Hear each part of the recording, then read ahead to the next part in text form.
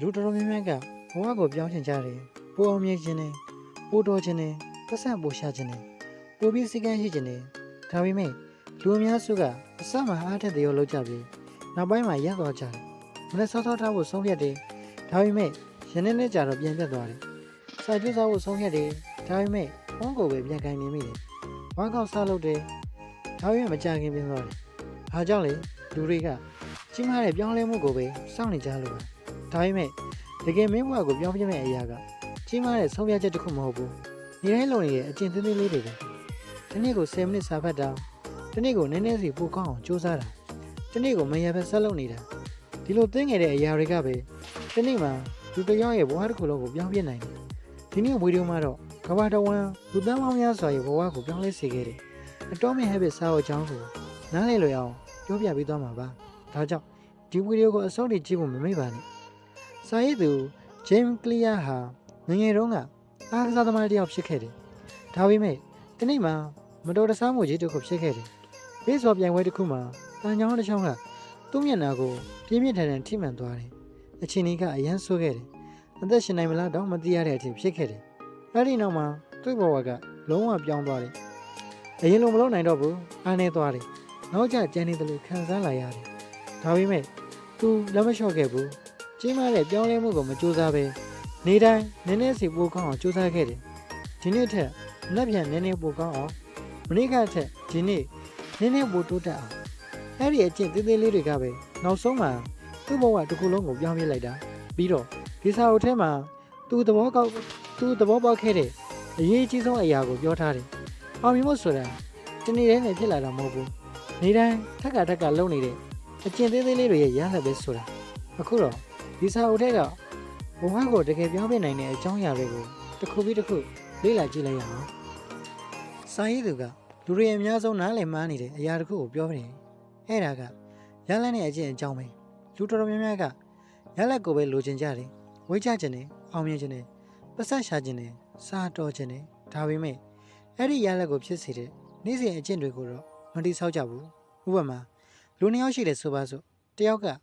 ငါစားတော်ခြင်းနဲ့လို့အမြဲပြောတယ်ဒါပေမဲ့နေတိုင်းဖုံးမဲ့သုံးနေတယ်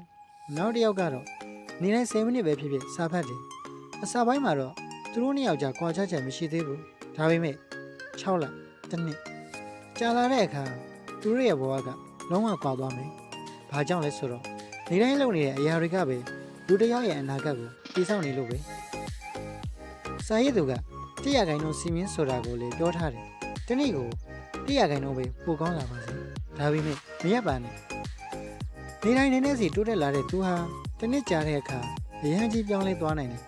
ဒါပေမဲ့နေတိုင်းနည်းနည်းစီပြည့်စည်နေတဲ့သူကတော့တဖြည်းဖြည်းနောက်ကျချန်ခဲ့တယ်သိငယ်တဲ့အရာတွေကိုလူတွေမလေးစားကြဘူးဒါပေမဲ့ဘဝကိုတကယ်ပြောင်းပြတာကအဲ့ဒီပြင်းငယ်တဲ့အရာတွေပဲဥပမာလေယာဉ်တစ်စင်းကလမ်းကြောင်းကိုနည်းနည်းလေးပဲလွဲသွားတယ်ဆိုပါစို့အစမှဘာမှမသိတာဘူးဒါပေမဲ့အချိန်ကြာလာတဲ့အမျှအရန်ဝေးတဲ့နေရာကိုရောက်သွားမယ်လူဘဝလည်းအဲ့ဒီလိုပဲဒီနေ့နည်းနည်းပြင်းတာဒီနေ့နည်းနည်းအချိန်ဖြုံးတာချက်ချင်းမတိခိုက်သေးဘူးဒါပေမဲ့နေ့တွေကြာလာတဲ့အခါဘဝတစ်ခုဖြစ်သွားတယ်ကောင်းတဲ့အကျင့်တွေလည်းအဲ့ဒီလိုပဲဒီနေ့စာတစ်မျက်နှာဖတ်တာဒီနေ့10မိနစ်လေ့ကျင့်ခန်းလုပ်တာချက်ချင်းဘာမှမထူးခြားသေးဘူးဒါပေမဲ့ဒီနေ့မှာတော့မင်းကိုယ်တိုင်တော့အံ့ဩသွားမယ့်အထိပြောင်းလဲလာလိမ့်မယ်နောက်ထပ်အရေးကြီးတဲ့အချက်တစ်ခုကလူတွေကဘာလို့ချင်လဲကိုပဲစဉ်းစားကြတယ်ဒါပေမဲ့ဘယ်လိုလူဖြစ်ချင်လဲကိုမစဉ်းစားကြဘူးဥပမာငါစာဖတ်မယ်လို့မစဉ်းစားပဲငါဟာစာဖတ်တဲ့သူတရားလို့စဉ်းစားရမယ်ငါဝါကောက်လုပ်မယ်လို့မစဉ်းစားပဲငါဟာကျမ်းမာရေးကြိုးဆိုင်တဲ့သူလို့စဉ်းစားရမယ်ဘာကြောင့်လဲဆိုတော့နေတိုင်းလုပ်နေတဲ့အရာတွေကမင်းဘယ်လိုလူလဲဆိုတာကိုတိစောက်နေလို့ပဲမင်းရဲ့လုပ်နေတဲ့အရာတွေကမင်းရဲ့အနာဂတ်ကိုတိတ်တိတ်လေးဖန်တီးနေတယ်အခုတော့ဒီစာအုပ်ထဲကလူတွေဘာကြောင့်မကောင်းတဲ့အကျင့်တွေကိုမဖြစ်နိုင်လဲဆိုတာကိုဆက်ပြီးလေ့လာကြည့်လိုက်ရအောင်အခုစာရေးသူကအရန်အရေးကြီးတဲ့အကြောင်းတစ်ခုကိုဆက်ပြောတယ်လူတွေအများဆုံးဖေးဖြစ်တဲ့နေရာကမကောင်းတဲ့အကျင့်တွေပဲဖုန်းအလွန်ကျွံသုံးတာပြင်းနေပြီးအချိန်ဖြုံးတာနောက်ကျမှအလုပ်လုပ်တာမလိုအပ်တာတွေကိုထက်ကလုံးနေတာလူတွေကဒီလိုဖြစ်ရင်ကိုယ့်ကိုယ်အပြစ်တင်ကြတယ်ငါ discipline မရှိဘူးငါပြင်းနေငါမကောင်းဘူးဒါပေမဲ့စာရေးသူကပြောတယ်ပြဿနာကမင်းမဟုတ်ဘူးမင်းရဲ့ system ပဲဥပမာ ဖုန်းကိုအဲ့ရဘေးမှာထားထားတယ်ပြီးတော့မသုံးတော့ဘူးလို့ဆုံးဖြတ်ထားတယ်ဒါကအရန်ခက်တယ်ဒါပေမဲ့ဖုန်းကိုအဝေးမှာထားလိုက်ရင်မသုံးပြတော့ဘူးအဲ့ဒါကိုပဲစာရေးသူကပတ်ဝန်းကျင်ကိုပြောင်းပါလို့ပြောတယ်မကောင်းတဲ့အကျင့်ကိုဖျက်ချင်ရင်စိတ်ဓာတ်နဲ့တိုက်မနေနဲ့အဲ့ဒီမကောင်းတဲ့အကျင့်ကိုလုပ်ဖို့ခက်အောင်လုပ်နောက်ထပ်ဥပမာတစ်ခုကခိစောတာများတဲ့သူတယောက်ရှိတယ်သူကအမြဲပြောတယ်ငါမစောတော့ဘူးလို့ဒါပေမဲ့မရဘူးဘာလို့လဲဆိုတော့ဖုန်းထဲမှာဂိမ်းရှိနေသေးလို့ပဲဒါဆိုဘာလို့မလဲဂိမ်းပြက်တယ်အကောင့်ထွက်ထားတယ်ဖုန်းကိုအခြားနေရာမှာထားတယ်ဒီလိုလုပ်လိုက်ရင်မကောင်းတဲ့အကျင့်ကအလိုလျောက်ရော့သွားတယ်စာရေးသူကပြောတယ်မင်းဟာမင်းရဲ့အကျင့်တွေကိုမထိန်းချုပ်နိုင်ဘူးဆိုရင်မင်း environment ကိုမထိန်းချုပ်ထားလို့ပဲနောက်ထပ်အရေးကြီးတဲ့အချက်တစ်ခုကလူတွေကချက်ချင်းရလက်ကိုအရန်ကြိုက်တယ်ဖုန်းသုံးတာကချက်ချင်းပြောတယ် social media ကချက်ချင်းစိတ်ကျင်နေစေတယ်ဒါပေမဲ့စာဖတ်တာလေ့ကျင့်ခန်းလုပ်တာကရလက်ကိုနောက်မှပေးတယ်ဒါကြောင့်လူတွေက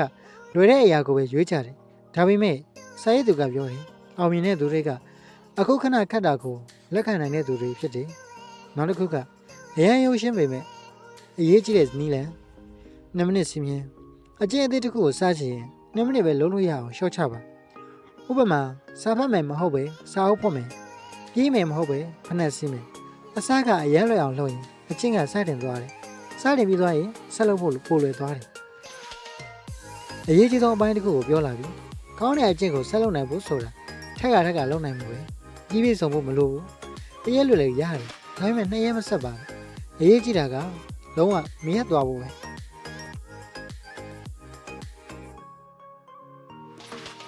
အခုနောက်ဆုံးပိုင်းမှာစာရေးသူကအရန်နိုင်ဆိုင်တဲ့အယူဆတစ်ခုကိုပြောတယ်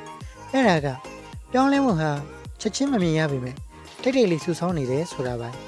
သူကဥပမာတစ်ခုကိုသုံးနေရေခဲတုံးတစ်တုံးအခန်းအမွေကြီးကအနှုတ်9ဒီဂရီ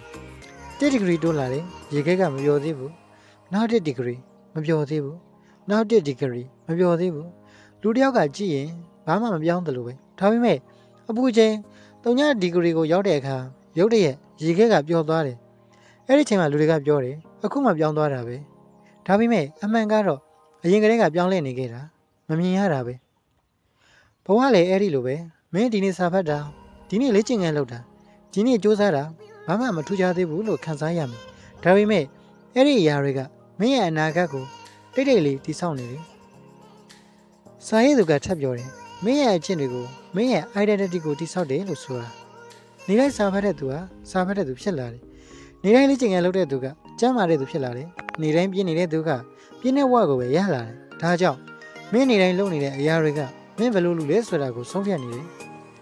နောက်ဆုံးမှာစာရေးသူကအရန်ရိုးရှင်းတဲ့ message တစ်ခုကိုပေးတယ်ဘဝကိုပြောင်းဖို့ကြီးမားတဲ့လှုပ်ရှားမှုတွေမလိုဘူးကြီးမားတဲ့ motivation တွေမလိုဘူးကြီးမားတဲ့အောင်မြင်မှုကိုစောင့်စရာမလိုဘူးလူသားကတစ်ခုပဲနေတိုင်းနည်းနည်းစီပိုကောင်းအောင်လုပ်ဖို့ဒီနေ့တည်းမနေ့ပြန်နည်းနည်းပိုကောင်းအောင်မနေ့ကတည်းကဒီနေ့နည်းနည်းပိုတိုးတက်အောင်အဲ့ဒီသိငယ်တဲ့အရာတွေကပဲဒီနေ့မှာမင်းဘဝကိုလုံးဝပြောင်းပြနိုင်တယ်အောင်မြင်မှုဆိုတာဒီနေ့တိုင်းနဲ့ဖြစ်လာတာမဟုတ်ဘူးကံကောင်းလို့လည်းမဟုတ်ဘူးနေတိုင်းထက်ကလုပ်ခဲ့တဲ့အကျင့်သေးသေးလေးတွေရလာပဲဒီနေ့ဗီဒီယိုကိုနားထောင်ပြီးသွားတဲ့အခါမင်းကိုမေးချင်တာတစ်ခုပဲရှိတယ်မင်းဘဝကိုပြောင်းချင်တဲ့ဆိုရင်ဒီနေ့ဘယ်အကျင့်သေးသေးလေးကိုစမလဲမင်းအနာဂတ်ကမင်းနေတိုင်းလုပ်နေတဲ့အရာတွေထဲမှာပဲရှိနေတယ်ဒါကြောင့်ဒီနေ့ကစပြီးသေးသေးလေးပဲဖြစ်ဖြစ်စလိုက်ပါမရက်လိုက်ပါနဲ့ဒီနေ့မှာမင်းကိုယ်တိုင်တောင်အံ့ဩသွားမယ်အထိမင်းဘဝပြောင်းလဲသွားလိမ့်မယ်ဒီဗီဒီယိုကိုနားထောင်ပေးရတဲ့အတွက်အများကြီးကျေးဇူးတင်ပါတယ်ခင်ဗျာနောက်ထပ်စိတ်ဓာတ်မြင့်နေပေးမယ်ကိုယ့်နဲ့တွေနဲ့ပြန်တွေ့ကြမယ်